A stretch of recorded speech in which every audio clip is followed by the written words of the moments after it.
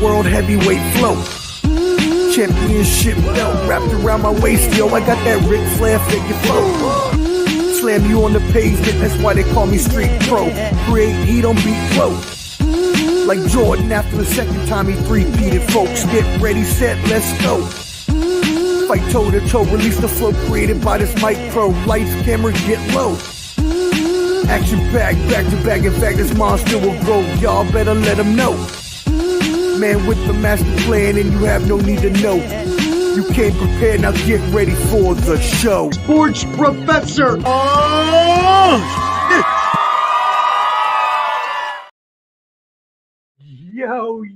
Yo, what up, friends? You know what it is. The Professor's Semanalmente. Week 11. So thank y'all for tuning in as always. This is my weekly news, headlines, entertainment, sports, world news, all that good stuff. That is this weekly show, The Professor Semanalmente. I am your host, Omar, the Professor Fonseca. And as always, I thank you for tuning in. Please make sure you're subscribed at Ball and Buds, BALLANDBUDS, for all of our live shows. We've got a few of them coming up this week, which I'll talk about throughout the episode. But for now, again, make sure you subscribe to Ball and Buds. And if you're watching, hit that like button for me, please. Right now, if you are watching this, go ahead and hit that like button, that up thumb, maybe a little heart, a little love button, maybe a little laugh, a ha-ha, little home decor photo, maybe even a wow. That's my favorite emoji. So if you hit that, not my favorite emoji, but my favorite reaction emoji, I should say. Enough about that, though. Welcome again. Happy Epiphany to y'all that celebrate. Me and my mother, in the snowstorm here in Virginia, went out and attempted to build a snowman that turned into the Virgin Mary and the Blessed and the Child Jesus. It was crazy. But hey, you want to see it? It's in the front yard. Anyways, but yeah, January 6th is also known for another day. 4 years ago, in preparation for the certification for the election, we did have an insurrection on the Capitol. So no matter where you stand on the aisle, obviously it was a horrible day. I actually have a close friend who is a police officer there in the Capitol that was there that day and has recounted to us many times the horrors that were experienced on that day. So, it's something that just needs to be talked about because we've never had anything like that before, and democracy needs to be respected by both sides. And so every candidate that comes into office, not like it's ever going to happen, right? I know we don't live in a utopia, but for the most part, we should have peaceful transfers of power. And so with Donald Trump, the president-elect, coming in, being inaugurated here in 2 weeks exactly on the 20th, Vice President Kamala Harris was the one who certifies in Congress for the president to be the next one, just like Mike Pence did for Joe Biden 4 years ago. She did that today. There was expected not to be any sort of, controversy or back. He was going to get certified, so he will be elected again in 2 weeks. But it is something that we can't forget that happened in this country a long time ago, which never should have happened. If you are, as a veteran, especially if you are able to want to fight against, and look, I hate politicians too, right? They're ugly, all of them, all the politicians on both sides of the aisle. We're all liars, cheats, and steals. Woo! Shout out my boy Francis Long. So I don't like any of them either. I'm not going to go try to kill any of them though, right? So let's just be sensible. No need to do anything like that. Obviously, there are better ways to have your voice heard, and those ways are not attacking anyone, and that includes terrorist attacks, and that includes other types of attacks. So as we know, this past week in America, we had a pretty rough week, starting on New Year's Eve and New Year's Day down in New Orleans, where we had an attack, a terrorist attack. To be clear, it was a terrorist attack At least 15 killed, 30 injured after the attacker intentionally drove a pickup truck through the crowd on New Orleans Bourbon Street during the New Year's Eve festivities. First of all, prayers up to everyone who was injured. Hopefully, you are able to have a full recovery, and also to all those families that lost anyone. We are praying for you, and hopefully, you get are able to get through this as best as you can, because we know it's a tough time for you, but we're here to support you. Also, shout out to Bourbon Street. Love New Orleans. Went there a few years ago for our fantasy football draft. It was a great time. But this is not a good time to be recounted, and it never is when there is a terrorist attack on United States soil. And so this ass, I was about to say the whole word, this guy, this jerk off, this scallywag, 42-year-old Shamsuddin Jabbar, was flying an ISIS flag. So clearly, we know what the intentions were. Obviously, ISIS is a terrorist organization that needs to be destroyed and eliminated, but they do not care for America. Obviously, death to America being their slogan. So, it's tougher, much tougher, when that person is also a veteran. Yeah, you heard me right. According to reports, Jabbar is a U.S. Army veteran and a U.S. citizen from Texas. After using his truck that he rented to run over a bunch of innocent civilians, he then got into a shootout with police. Thankfully, the police were able to take him out. His family says they've never seen this in him before. Again, he was a veteran. He was a soldier. So at some point in time, he fought and sacrificed himself for the well-being of America. But at some point in time, that all ceased to change. When, how, we haven't got all the stories, but obviously at some point, he was radicalized by ISIS.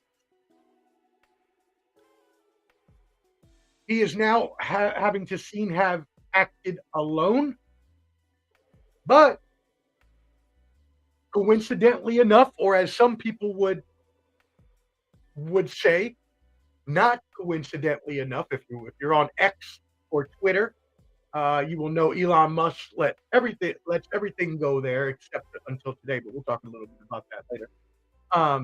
So the X is where you want raw news and opinions, you go there. But anyway, a lot of people thought that maybe this incident was related to another attack or another attempted attack, this time in Las Vegas by another Army soldier, an active duty Army soldier.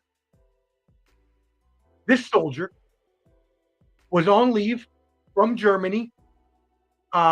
He came home, apparently went home to see his wife, all that good stuff. And then I'm not going to get into his personal life. If you want to read any more up on that, you can read on the rumors of what happened there. But he rented a truck, drove it to Las Vegas, and proceeded to park in front of the Trump Hotel in a Tesla Cybertruck.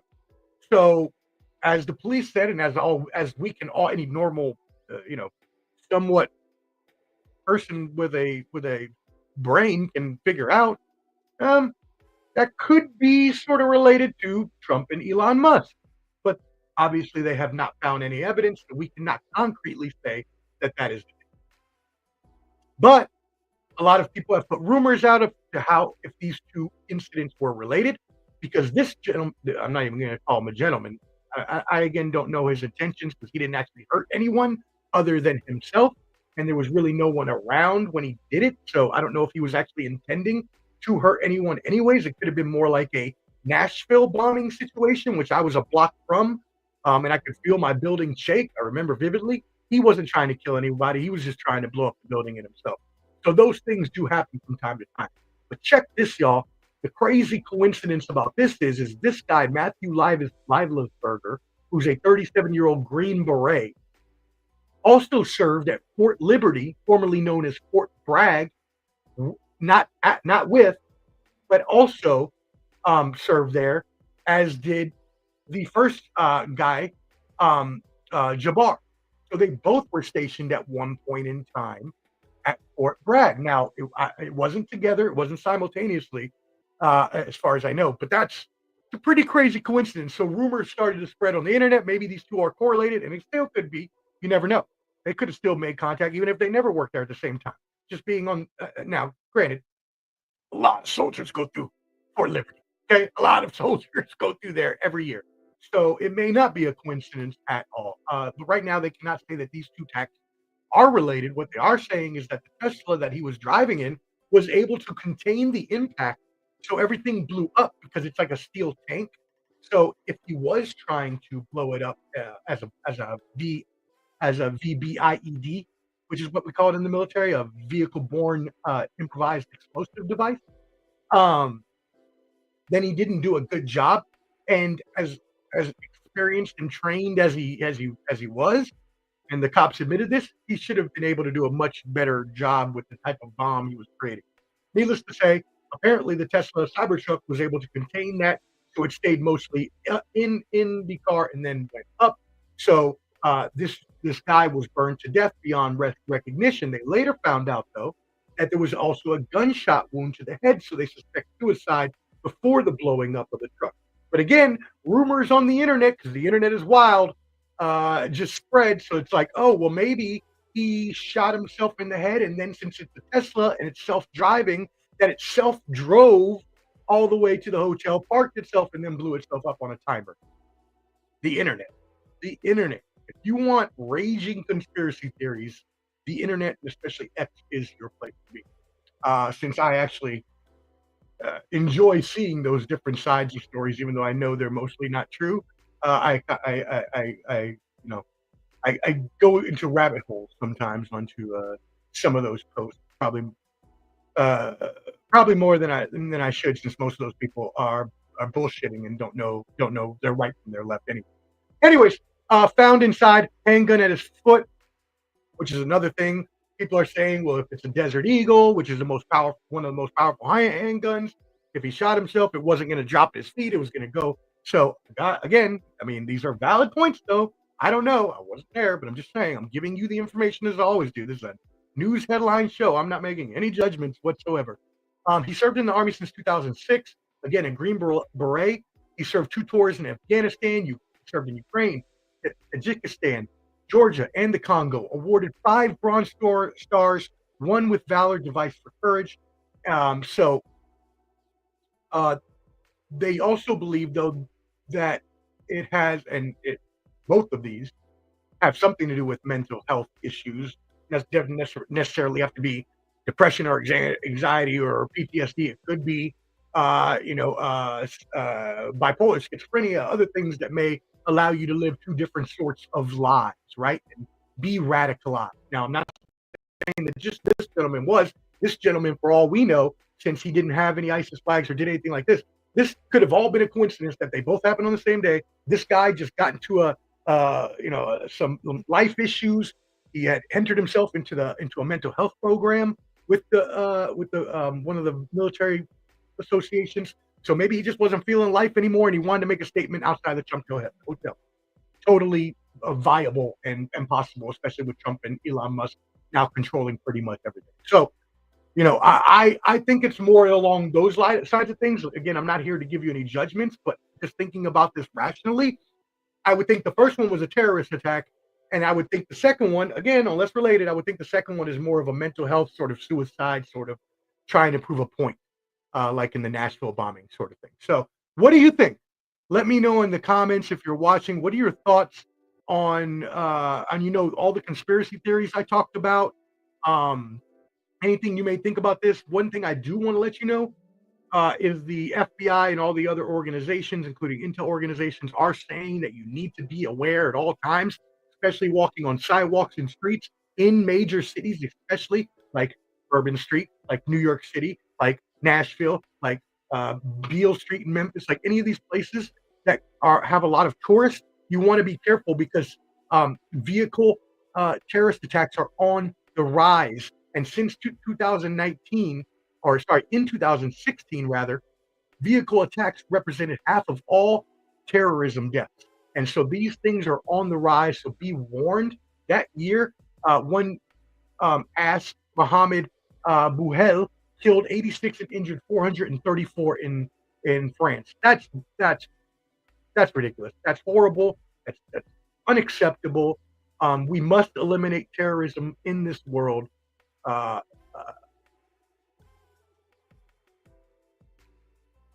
I'm gonna leave it at that. I'm gonna leave it at that because I was gonna say some other things that I just don't think are necessary for this point in time. The last thing I will say is I want to reiterate prayers up to all the families who lost.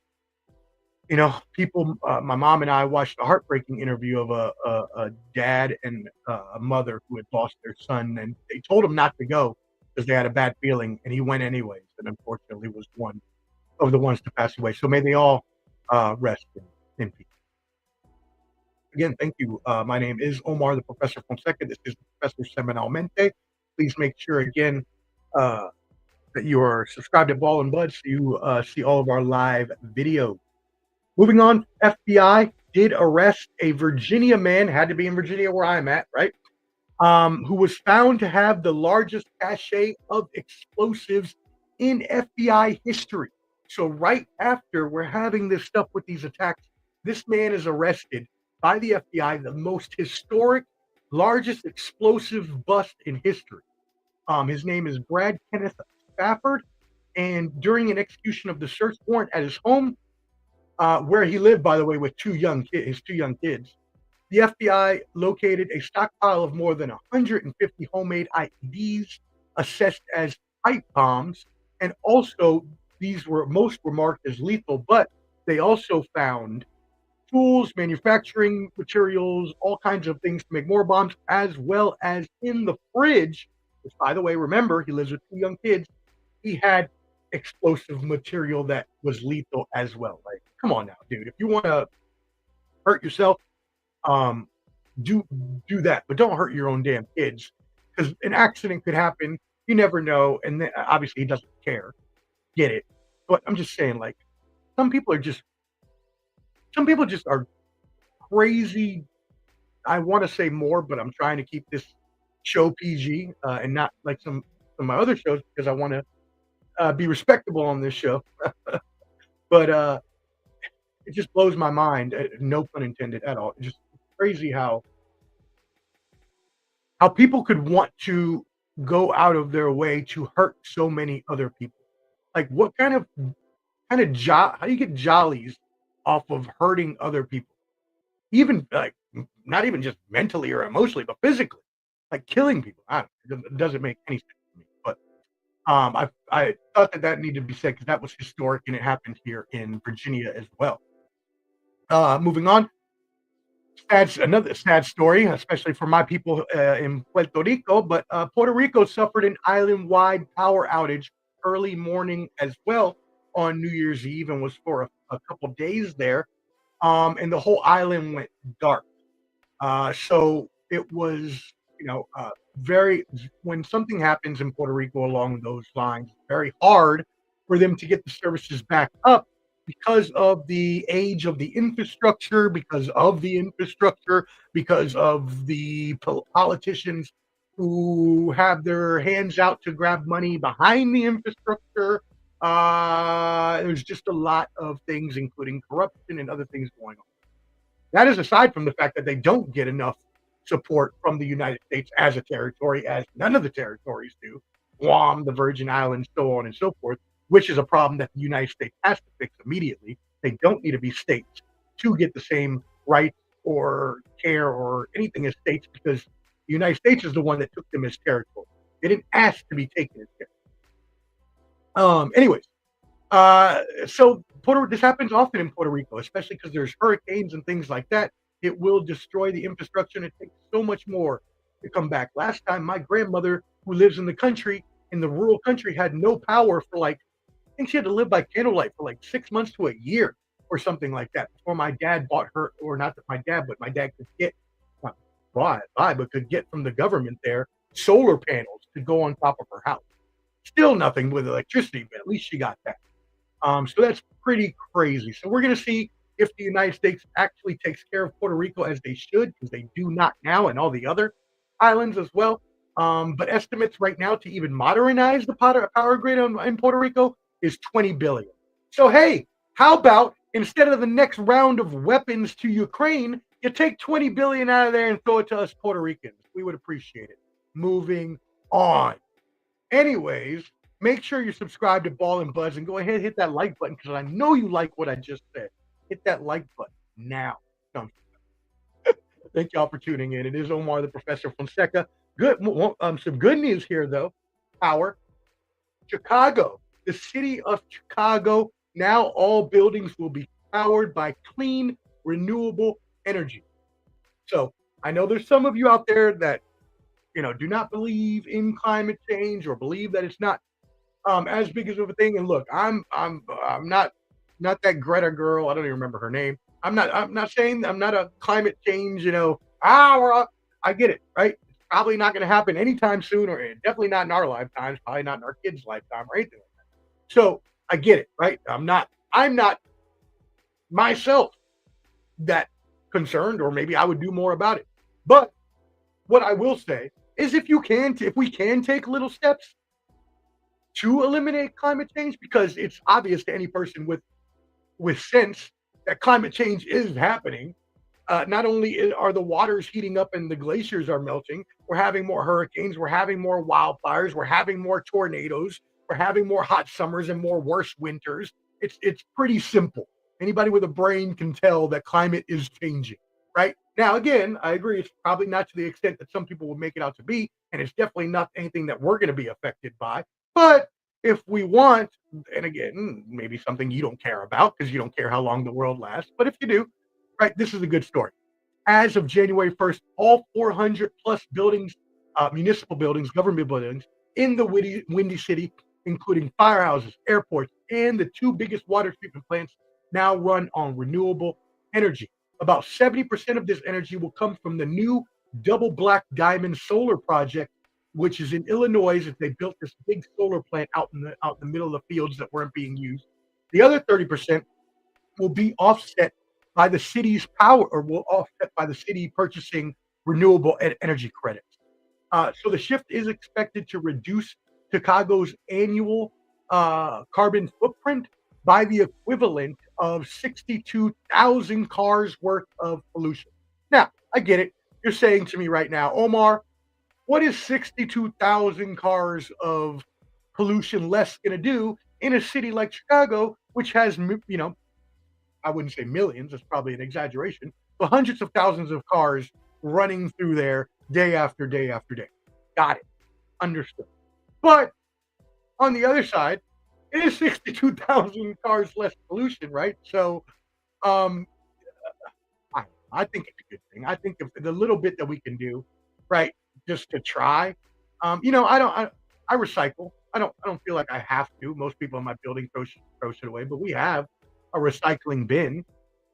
So I recycle just to try to do my part. I don't drive or ride a bike. So little things, not that but again, I get it. Because a lot of people are, climate change. It's not a hoax, okay? It's definitely not a hoax. But again, it's not something that we will be affected by in our life. Take that for what it is. Next thing, congestion pricing begins across the U.S. For those of you in major cities like Chicago and other places, this will be coming soon to city near you. Right now, excuse me, let me get a drink of the water. Right now, the first congestion pricing plan in the U.S. went into effect in Manhattan. So in New York now, drivers will be paying a $9 fee during peak hours. So similar to if you've been in any state that has HOV, where you have to pay for the HOV, like here in Virginia and Maryland, DC, you got to pay for the HOV lanes. If you've ever been something like that, it's kind of like that, but it's going to be all the time during peak hours. So if you're traveling in Manhattan from the bottom of Central Park to the island southern tip of 60th Avenue, right? Or 60th Street. I don't know how they do it. I think it's in New York. I I had it here. Anyways, 60th Street. It is. There you go. From 60th Street, it will be $9 during peak hours as a fee for you to drive through there. This toll is expected to generate $500 million in revenue annually over the first 3 years, which will be put back into the transportation infrastructure in the city. The reason that Manhattan is doing this came from then Mayor Michael Bloomberg in 2007, was because Manhattan had started getting so densely populated that taxis were averaging 5 miles an hour, and people were able to walk places quicker than they were able to drive. I've been to New York a few times and seen that sort of thing, but I don't live there and I'm not from there, so I don't know if that happens all the time, but that's crazy. If you are in New York and they are down to 5 miles an hour, have you seen this? Please give me something. Drop me something in the chat. Let me know, because that's wild. But I do believe it. Anyways, they are saying that this will alleviate the drivers that were losing up to 101 hours each year due to the traffic delays. Imagine that. You're losing 100 hours a year due to driving through traffic in Manhattan. So, it's a good thing for the traffic decrease, but it's a bad thing, I guess, if you have to pay that $9 every day. But I guess it'd be worth it if you're a driver and you want to have less traffic to deal with. So it's there's some pros and some cons to all of that. All right. Final thing before we move on to, got a couple more quick hitters there as well. But President Biden has awarded the Medal of Freedom to 19 people, including civil rights icon late Fannie Lou Hamer, who brought Voting Rights Act up for the civil rights movement, as well former Secretary of State Hillary Clinton, as well as actors Michael J. Fox, Denzel Washington, athletes Lionel Messi and Magic Johnson, as well as posthumously U.S. Attorney General Robert F. Kennedy, the father of RFK Jr., who is President-elect's nominated Secretary of Health and Human Services, as well as Mitt Romney's father, George Romney, as well as Jose Andres, the World Central Kitchen owner, who gives food around the world, Bono, the former frontman of U2, and as well Jane Goodall, a world-renowned ethologist and conservationalist, getting two words mixed up, among others. Also, Bill the Nye, the science guy. Shout out Bill Nye. Used to watch him when I was younger. But all these people have contributed to society in some sort of way. Most of them are in a philanthropic effort or things of that nature. So their contributions have given back to the world is what this Medal of Freedom is supposed to mean. One that is if you heard me, I think it was last week when I talked about George Biden. Wow. You'll know why I said that in just a second. Why that Joe Biden was kind of giving a little stiff goodbye to the GOP or to the Republicans with all of his outgoing decisions, which I'm not going to say I agree with all of them, but it's definitely a big FU to the right of the aisle as he's going out. This is another one, man. This is dirty. This is diabolical work. This is savagery. He's going to present a Medal of Freedom to the billionaire Democratic fundraiser George Soros. And if you're on the right side of the aisle or a GOP voter or a Republican, he's probably the most hated person in the world to you. Because that's pretty much the most hated person that the right always talks about is George Soros. So the fact that Joe Biden is giving him a presidential medal honor, that is definitely a screw you out the door to the Republican Party. So I'm not about petty. Actually, yeah, I am. That's petty. That's petty. That's massive petty work, and I love it. I think it's hilarious. Because who cares? Anyways, moving on. Other presidential news. Thursday is the National Day of Mourning for President Jimmy Carter. All of the government is off. So if you are on the government, know that you do not have to go into work unless you're essential personnel, like I used to be. I understand. Yes, essential personnel, we never get off. I remember I worked every holiday, and oh man, being essential personnel is hard, but we love you and we appreciate you. Other news: Donald Trump, the soon-to-be inaugurated president, is to be sentenced in this hush money case 10 days before the inauguration here on the 10th. I thought that was pretty crazy. I thought the judge still bringing that up when he's to be inaugurated is that's a little iffy. That's a little iffy. I think if he got voted as president, he should probably just you can't have. He's already a convicted felon. We shouldn't have him. He's already been elected, so he's going in. I don't think he should have other things hanging over his head. I think all cases he should be immune from all cases that he had before. Now that he's been elected president, that might be an unpopular opinion to the people on the left, but I just think so. He's already a convicted felon, and I don't think that a president coming into the office should have to have those sorts of things hanging over his head. So, like it or not, I think that all of those cases should be dismissed. If you weren't able to get it, by the way, that's what pisses me off about that Jack Smith case. You had 3 years, sucker. 3 damn years to get him on trial, and you ain't do it. He got elected. That's your fault. Do your job better. Drop your case. Moving on. Get this. Coming on to United flights beginning in the spring, Starlink Wi-Fi services. Yes, Elon Musk Starlink Wi-Fi will now be available on United flights beginning in the spring. Finally, before moving on to world news, a minimum wage bump. Finally,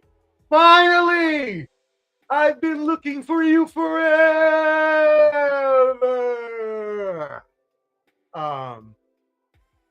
Inside 703 joke, but shout out Snaily and and all the rest. But a minimum wage bump. 9.2 million workers in 21 states will see paycheck increases, and no, they don't have to go crawl on their hands and knees to their boss to ask for a raise. No. Minimum wages in states have jumped between 18 cents. Let me give you a little side eye on the 18 cents. Whoever that was, that's a little side eye. At least, even if you're the most, even if you're California giving the most, at least let me give it 25 cents a quarter jump. What's 18 cents? What's 18 cents? What's that going? That's petty work too. And 175 at the highest range. 2024 saw the largest bump in minimum wages in the United States history. Even though when California did raise to a $20 minimum wage in April for fast food workers, everybody thought we were going to see $45 cheeseburgers, and we did not. Research has shown that there are actually few negative side effects for the business. Obviously, there's going to be more taxes and things like that. But in terms of morale, I know when I was an assistant manager at a biscuit house in Nashville, I won't say which one, the workers there were making between 11 and 15. 11 and 13. The managers were making 15, which is sad. 11 and 13, depending on their experience for cook, server, whatever. And they weren't able to take tips. It wasn't like a restaurant. They weren't able to take any tips. You're just working for that $11 an hour or whatever. And you got to wake your ass up at 6 in the morning, come work till 4 in the afternoon for $11 an hour? No, that's unacceptable. Minimum wage needs to go to a minimum $15 in every single state across the United States. I've heard it here first. Solutions oriented, the professor.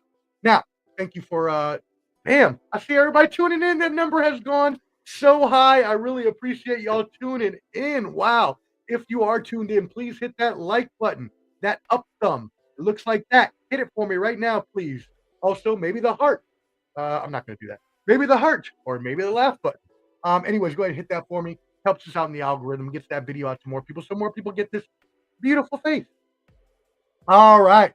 Moving on to world news. This is some pretty exciting news we have here, y'all. So first of all, there is a new project that aims to build synthetic life from scratch. So there is a $13 million project funded by the European Research Council, which is working to create a simple living systems capable of Darwinian evolution. Within the next 6 years, they're hoping to complete this. So what's going to happen? Instead of using nucleotides, like DNA or RNA, like we have in the building blocks of our genetic system, these mini-life researchers plan to coax complex growth reactions out of simple chemicals that don't evolve at all. So they're going to take chemicals that don't normally evolve and obviously do some sort of synthetic chemical, sort of whatever, things to make it actually evolve. Um, Now, the goal is to come with human-made, completely synthetic molecules that can adapt to at least two types of different environments, and this will help them to see how it will shed more light on how life began on Earth. So, in creating these things, they will be able to find, because obviously with things that already evolve, there's only so much research you can do, right? But if you're able to get evolution from things that don't normally evolve, that's when you figure out how life really started. And that is where, man, it's crazy how far we've moved in technology and in things around the world, like our scientists and how advanced we are. I am so excited to see the future and see what kinds of things we're going to have. I'm already huge into the AI, the VR, AR, all that stuff. So I know all this stuff is just going to improve. So check this story out. Another crazy story. Robots have learned how to perform surgery by observing human doctors. What? What? So a new legion of medical bots don't need humans on remote control to do surgery. All they need is to watch. So what happened is autonomous robots trained at Johns Hopkins and Stanford learned how to stitch up wounds, tie knots, and automatically fix mistakes, which made me do a backstep. I was like, wait a second. I don't want the mistake to happen in the first place while I'm in surgery, though. So you better fix that part first. But they're able to fix their own mistakes and everything, all from just watching videos of real doctors performing the surgery. Mind blown. What? What the dizzoots? That's crazy. You're telling me a robot can watch a video of a human doctor performing procedures and then go on. Now, obviously, these are just simple procedures now, but keep telling y'all. I just said I love science, but one thing I'm not sure I love about science. I'm telling y'all, I keep warning y'all. Y'all don't listen. The robots are going to take over eventually. The robots will take over. It's going to be like Terminator. I'm not joking with you. You think I'm joking? May not happen in our lifetime, but maybe in 100 years. Either that or the Planet of the Apes, one of the two. I can see both of those happening. But anyways, they're trying to cushion the projected shortage of 10 to 20,000 surgeons by 2036. So apparently, no one wants to be a surgeon anymore. We need more surgeons, y'all. If you have a kid who likes health and wants to be a doctor, please try to convince them to be a surgeon, because we need obviously more of those so the robots don't take over. I should use a laugh track. I know I have one here somewhere. But anyways, we'll move it on. Oh, wow. This is also super cool. In England, southern England, workers in a limestone quarry have uncovered almost 200 dinosaur footprints dating back roughly 166 million years. The tracks are in a vicinity that are previously discovered but have been inaccessible since 1997. The recent find includes imprints from 5 different animals, including 4 sauropods and 1 megalosaurus, a 30-foot-long carnivore, and the first dinosaur fossil ever to be formally described back in 1824. So, what is now England, before, in the Middle Jurassic period, had a tropical climate that was covered in warm and shallow seas. So during this time is when obviously they had a bunch of dinosaurs, and so now they've uncovered almost, again, 200 dinosaur footprints, and they have now named this area Dinosaur Highway in England. So that's pretty cool as well. And then finally, to end our world news, a little bit of cool news here. But there was a 608-pound bluefin tuna. And what does that look like, you ask me, Omar? What does a 608-pound tuna look like? Well, it is equivalent to a grizzly bear, a motorbike, or a cow. So imagine a tuna the size of a cow, or the weight of a cow at least. And this is probably a smaller end cow, maybe. But anyways, cow no less. And it auctioned off at a Tokyo fish market for $1.3 million. Only one fish on record has ever been sold for more, and that was a 613 Oma tuna fish, which was the size of a mountain zebra or a grand piano. And that tuna, because it's a more specialized and favored tuna, sold for $3.1 million. So, wow, just man, I know I'd like some tuna. Like I love me some tuna. That's probably some amazing tuna, and it's cooked at a Michelin restaurant. It was bought by a Michelin star restaurant chain, so you know that joint is cooked. Chef's kiss. Maybe the felonious chef KB is tuned in, and maybe he has a recipe for some Oma tuna. Let me know, KB, if you're there. Anybody else watching? Let me know if you love yourself some tuna. Thanks, Mom. Appreciate the support. Love you. All right. So again, make sure you subscribe to Ball and Buds, BALLANDBUDS, to make sure you tune into all of our videos. And as well, please make sure you hit that like button. It helps with an algorithm. Go ahead and hit it right now. If you're watching this, I'll give you a second. Hit that like button. Take a sip of my ginger ale.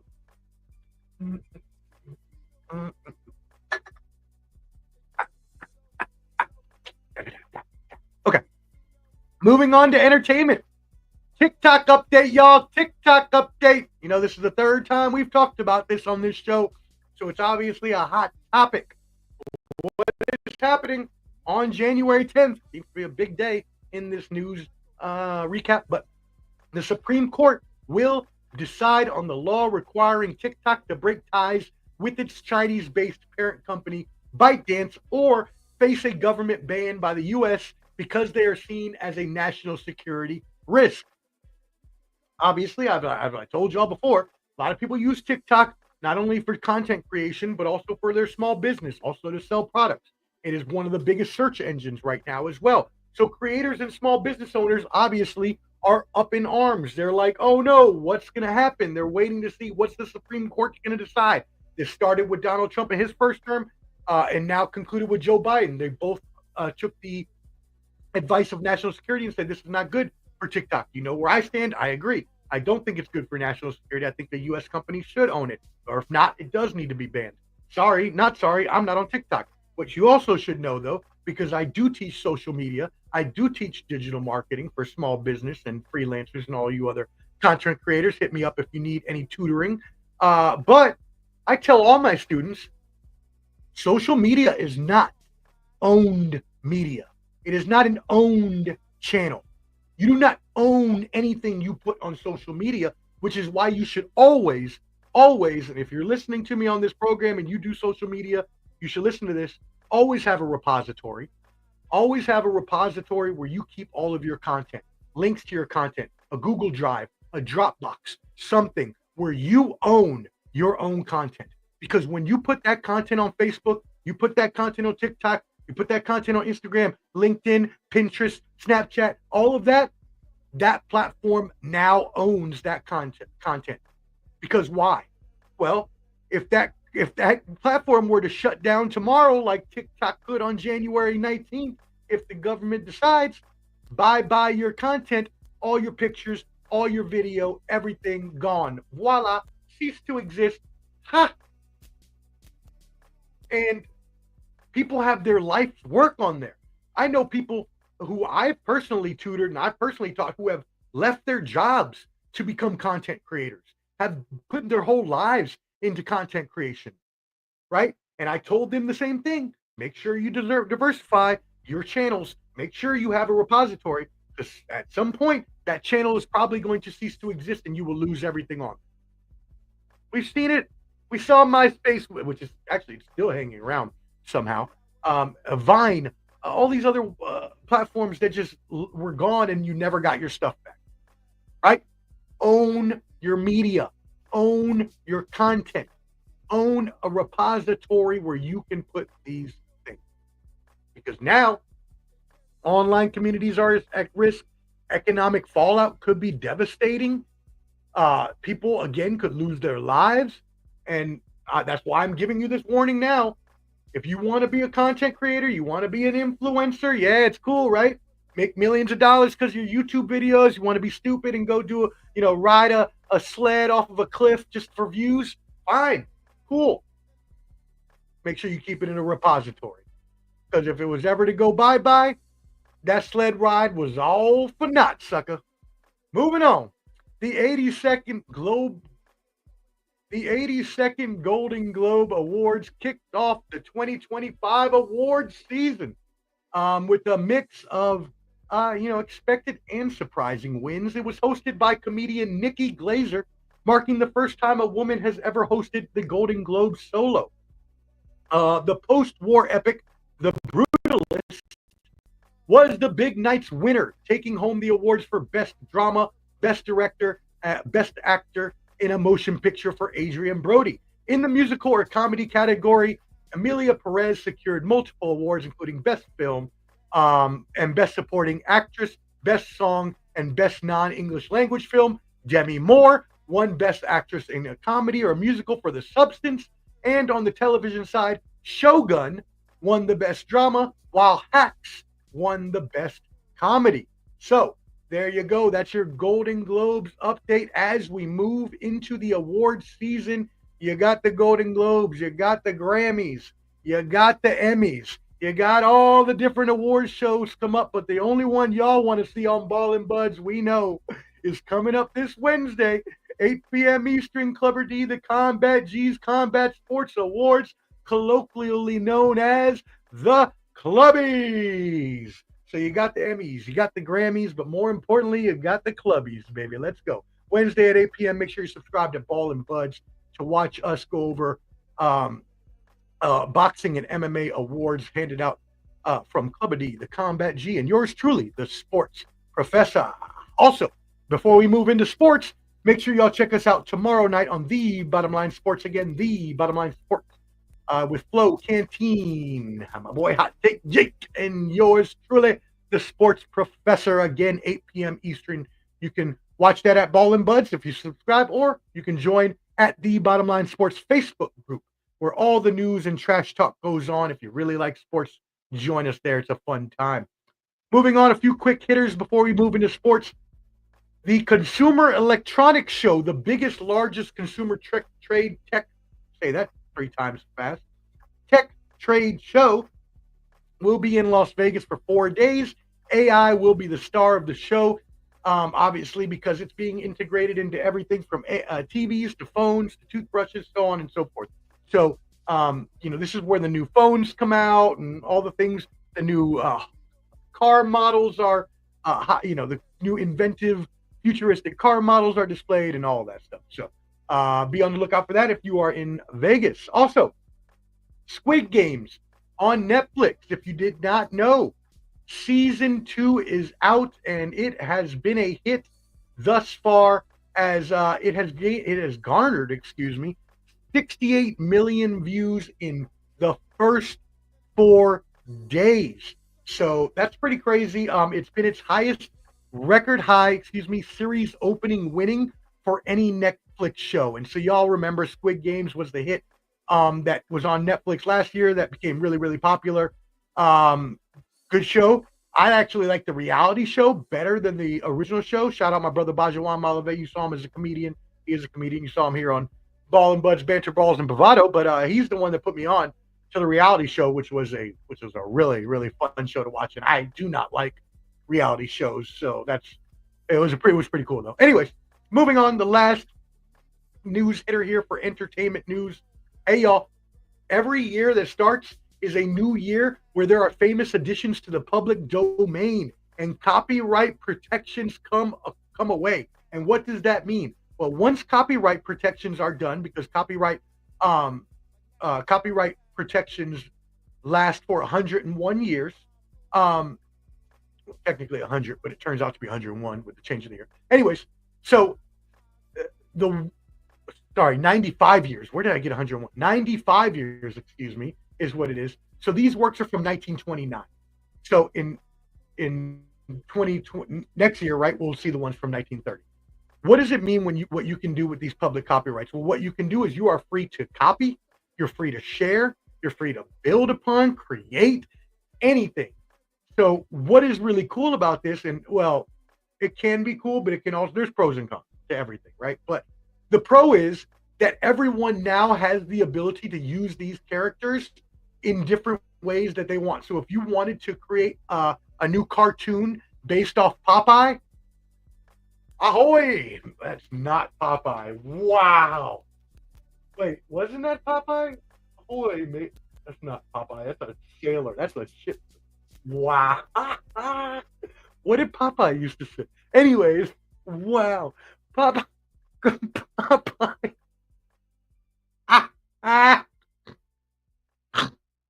Popeye.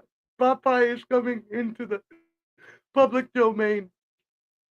Also, Tintin, and the first iteration of Mickey Mouse. So, if you want to use any of those characters, please do.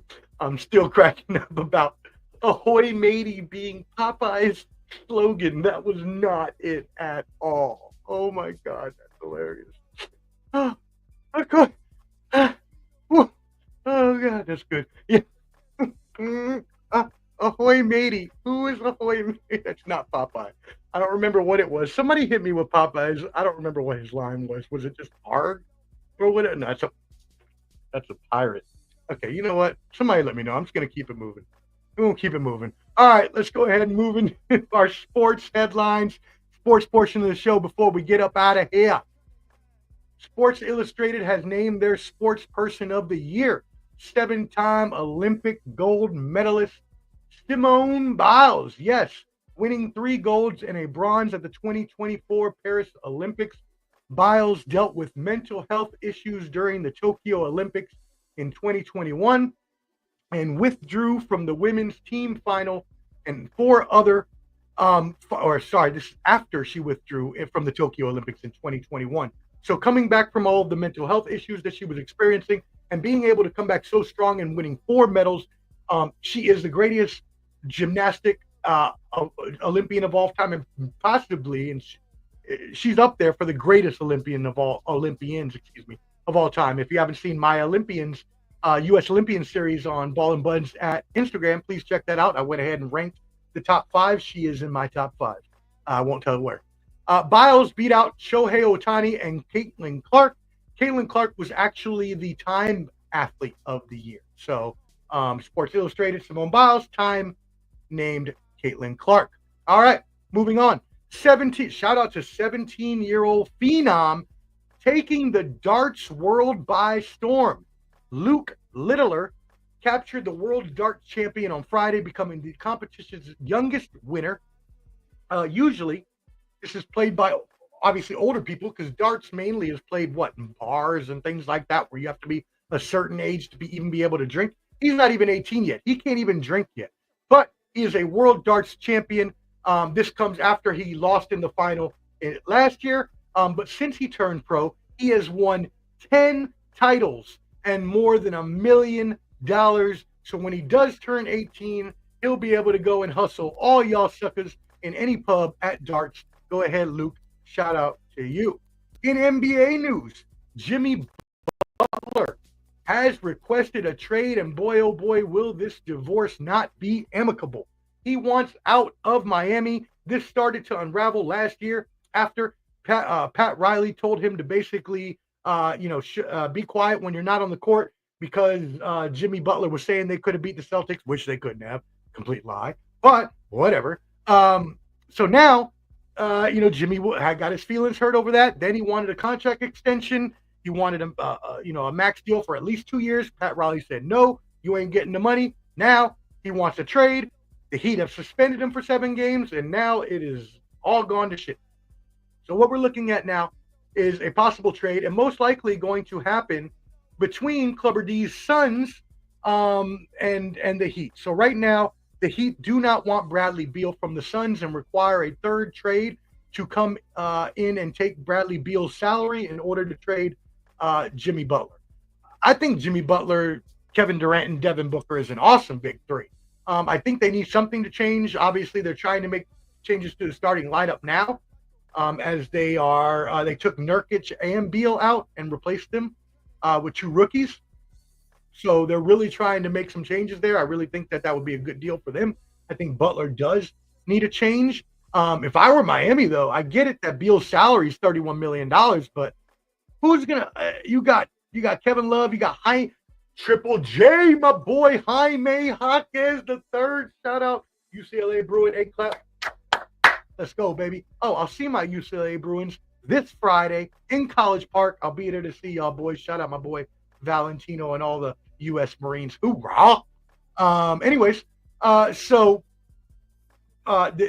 going to end well. Probably going to end up with the Suns unless they can't find a third team. But I think that Miami should take Beal because I think that he would actually fit well into the Miami lineup. So, I mean, we'll see what happens, but that would be my take on that. All right, before we get into the college football playoffs and the NFL playoffs, please make sure you hit that like button. Get us up in that algorithm. If you're watching this right now, please hit that like button and as well. Make sure you're subscribed to Ball and Buds, BALLANDBUDS. Okay. All right. Now, so let's get into our rankings here, and then we'll get into the NFL and college. Our men's college basketball rankings for the week. Give me 1 second here. Let me change this up. Boom. There we go. All right. At number 1, your Tennessee Volunteers from Knoxville. Shout out the Volunteers at 14-0. They've been up there for a while now because the SEC is running shop, as you've learned the past 3 weeks here on this show. At number 2, Auburn, 13-1. The Iowa State Cyclones at number 3 with a 12-1 record. The Duke Blue Devils at number 4, 12-2. And at number 5, Alabama at 12-2. Now, if you watch this program, you would know that last week I stated that the SEC had 4 out of the top 6 teams because of the fact that Florida had moved up to number 6. Well, now Kentucky has moved up to number 6, so they still have 4 teams. But get this, Florida's at number 8. So the SEC has 5 of the top 8 teams in men's college basketball. Talk about conference domination. That is crazy. Wow. All right, moving on to women's college basketball. You already know what it is. If you've been on this show, you already know, as followers of this show, you do know that I am a UCLA Bruins fan, and my Lady Bruins continue their undefeated roll on, roll out, roll 15-0 undefeated Lady Bruins. Let's go UCLA. 15-0. South Carolina Gamecocks at 14-1 at number 2. Notre Dame Fighting Irish at 12-2 at number 3. The USC Trojans at number 4, 14-1. And then finally at number 5, the Texas Lady Longhorns at 15-1. And don't forget USC. We don't like the Trojan condoms in UCLA land. Holla. Oh, clap. 8 clap. Wow, I just did 3 claps for the 4 clap. I'm a little tired today. We made that snowman. It was a lot of work. I'm a little tired right now, so my counting's a little off. All right, let's keep it moving on. We got our NHL and our NBA rankings here before we move into the NBA and college world. So first of all, let's go ahead and hit those NHL rankings for the week. So at number 1 here in our, what they call the Super 16 in the NHL.com, your Vegas Golden Knights at 25 wins, 9 losses, 3 draws at number 1. The Winnipeg Jets at 27 wins, 11 losses, and 1 draw at number 2. The Washington Capitals here in the DMV, 25 wins, 10 losses, 2 draws at the number 3 power rank. Alex Ovechkin scored again last night. He is 23 goals shy of Wayne Gretzky, the Great One's goals record. We will see if he can break it this year. They still have, with my quick math, 55 games to go for him to get 23 goals. That's a goal every 2 games pace. The Alex Ovechkin, he can do that. I know that. At number 4, the New Jersey Devils, 24 wins, 14 losses, 3 ties. And at number 5, the Minnesota Wild, 23 wins, 11 losses, and 4 ties. All right, on to our NBA power rankings. Number 1, it's no one. I mean, the NBA, and this is I have an argument right now. The NBA, and this just came out a few hours ago, they release it every Tuesday, has the Oklahoma City Thunder with a 30-5 record as the number one team. Now, the Oklahoma City did beat my Celtics the other night. Closely contested game. The refs, some bad calls there. I'm not going to say it won the game for the Thunder, but it did halt some of the Celtics' momentum. I don't make those excuses, though, because the officials always suck. So, I do have a problem here, though. The Cleveland Cavaliers should be number one. There is no reason that the Oklahoma City Thunder should be number one. Now, look, Oklahoma City are 30-5, great team. Get it? They're going to be awesome in the playoffs. They're going to be even better when Chet Holmgren gets back. But the Cleveland Cavaliers, after last night, now have 2 10-game winning streaks. 2 10-game winning streaks. So they have played 35 games, and 20 of those victories have come in 2 10. That's crazy. So the Cleveland Cavaliers deserve to be on top, especially because they have 1 more win and 1 more loss. So I don't know what you're doing, NBA.com, but hey, that's my 2 cents. My Boston Celtics are back up at number 3, 26 wins, 10 losses. The New York Knicks down to number 4 at 24 wins and 12 losses. And the Houston Rockets at number 5, 23 wins and 12 losses. All right. We are going to move it in before we get up out of here for the night. We're going to move it into the college football playoffs and the NFL playoffs coming through this week. So before we do that again, please make sure you are subscribed at Ball and Buds, BALLAND Subscribe on YouTube. That's really where we need more subscribers at. You can also follow us on Instagram. That's where we put our promotions up at. But yeah, YouTube is where all the videos will go. So make sure you're subscribed there. As we've gone over our 500 subscribers, but we're still our 500 video, but we're still trying to get to 500 subscribers. So please make sure you subscribe and hit that like button so it goes up in the algorithm. All right, do that now before I get into this. Let's go in. Let's get into the college football playoffs. Just had to do my do, re, mi, fa, sol, la, ti, do. Brown cow. Ow now, brown cow. Ow now, brown cow. Unique New York. Unique New York. Practice my enunciation. All right, anyways. College football playoff semifinals are coming up this Thursday and Friday. Notre Dame will face Penn State in the Orange Bowl on Thursday, while Texas, with a money sign, that's hilarious. Saturday Night Live, if you don't know. Texas will take on Ohio State in the Cotton Bowl. So going to have a really cool semifinals here for as much ballyhoo and criticism well-deserved criticism that the first round got because they didn't do reseeding and ended up with some disseeded bowls that they really shouldn't have had. The top 4 at least is going to be involving really good teams and what should be at least close matchups. Now, sucks for Oregon because they shouldn't have had to play Ohio State in the round of 8, but that's how the cookie crumbles, and they will be changing that next year.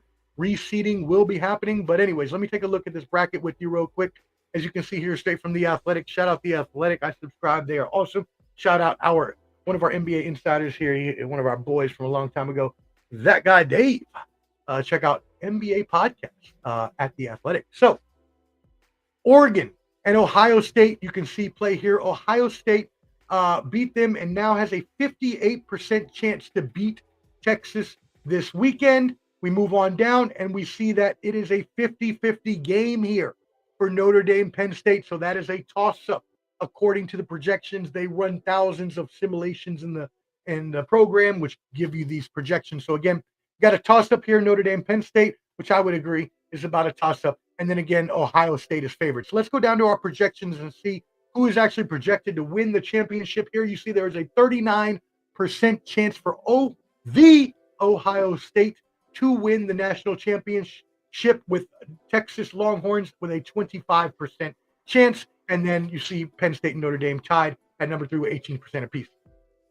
This has followed suit from the past few weeks. The only difference, Oregon dropped out. But pretty much, Ohio State and Texas have been your 1 and 2 in this projections if you watch this show every week. and you'll know that Ohio State has had the higher of the projections there. You will also know that yours truly, at the beginning of the year, selected the Ohio State as the champions. This is after I correctly projected Michigan last year, so that will make me 2 for 2 in college football picks in the past 2 years. So shout out to yours truly. All right, so let's get the picks for this weekend. I have Ohio. I can't go away from Ohio State as they're my pick to win the whole thing. Ohio State over hot take Jake's Texas Longhorns, and then in Notre Dame, Penn State. Look, shout out Marcus Freeman. The job he has done there at Notre Dame since Brian Kelly quit and had to go run to tuck tail and run to LSU to try to win a championship, which he still hasn't done. And now his successor, Marcus Freeman, is way better. Take that, take your fake ass country accent and every other thing you got, Brian Kelly, and go ship your buttocks down the Louisiana River. All right, because Marcus Freeman about to teach you how real coaching works. I got Notre Dame over Penn State here. I'm going to continue to tell y'all on this program, Penn State still has not won a big game. SMU was not a big game. Sorry. Boise State, not a big game. Sorry. Yeah, I picked both of the underdogs to win because Penn State still hasn't proven anything to me. James Franklin still hasn't proven he can win a big game. Now, if he were to win this game, I would say, okay, he finally won one big game. But I would still not project him to win the championship. I got Notre Dame in this one. Yes, it'll be a close game. I'm going to say Ohio State beats Texas by 10, 34-24. And I am going to go 24-21 Notre Dame over Penn State. So those are your college football picks for the semifinals coming up this Thursday and this Friday. And then finally, let's go ahead and give you your NFL playoff picture. Yes, indeed. So everything is set for this weekend. It is going to be an amazing weekend of playoff games. Top 2 seeds, as you know, get a bye. Chiefs and Lions both get byes this week. So what we will see here is the top seeds now, the number 2 seeds, going against the 7s, and so on and so forth. So right now, we will have the Bills against the Broncos. And actually would be better than this is probably if they have a tree. I don't know if they have a tree. And if not, that's okay. Not a big deal. I have the playoff. You know what? We'll just deal with this. So, because this is what I've been using every week for the projection, so it makes sense. Bills versus Broncos, Steelers versus Ravens in a divisional AFC North matchup, and the Chargers versus the Texans. And then in the NFC, you will have the Eagles hosting the Packers, the Commanders visiting the Buccaneers, and the Rams hosting the Vikings after they lost that game to the Lions last night. Now, I'm not going to give my picks away on these because we will go through these games tomorrow on the Bottom Line Sports. So we'll go ahead and get these picks from me tomorrow. But this is the playoff picture for this weekend. And so it's going to be, again, a very, very amazing weekend of games. I think all of these games should be pretty competitive. So I'm really looking forward to a really good weekend of football. Thursday, Friday, college, Saturday, Sunday, Monday, NFL. So for all of my college football fans, yes, we have got 5 beautiful days of college football. And that being said, if you are in the College Park area this Friday, yes, I will be there Friday night, 8 p.m. Eastern. UCLA Bruins coming into town to play the Maryland Terrapins at what used to be called the Xfinity Center, but I don't think that's what it's called anymore. That was when I went to school there about 10 years ago. So I don't know what it's called anymore, but I will be there signing autographs with my brother Valentino. Hoorah to all our U.S. Marines out there, and salute to service for all of our active duty and veterans out there. But yeah, we will be there Friday night, so check us out. And then again, make sure you're watching the football Thursday, Friday night for college, Saturday, Sunday all day for NFL, and Monday night. Again, thank you for tuning in. My name is Omar, the Professor Fonseca, and this is the Professor's Semanalmente. So again, as I always say, be kind to each other. Go out there and do your best. Spread love the Omar way. Make sure you hit that like button, share this video, please, so we can get out in the algorithm. And yeah, that's it for today. Catch us on the Bottom Line Sports tomorrow. Clubbies Wednesday, both at 8 p.m. Eastern, on Ball and Buds on YouTube, Ball and Buds on Instagram, Facebook at The Bottom Line Sports, personal Facebook pages, all of that jazz. Holla. 5,000. He's with the millions. It's that world heavyweight flow. Championship belt wrapped around my waist, yo. I got that Ric Flair figure flow. Slam you on the pavement, that's why they call me street pro. Create heat on beat flow. Like Jordan after the second time he three-peated, folks. Get ready, set, let's go. Fight toe to toe, release the flow created by this mic pro. Lights, camera, get low. Action packed, back to back. In fact, this monster will go. Y'all better let him know. Man with the master plan, and you have no need to know. You came prepared, now get ready for the show. Sports Professor.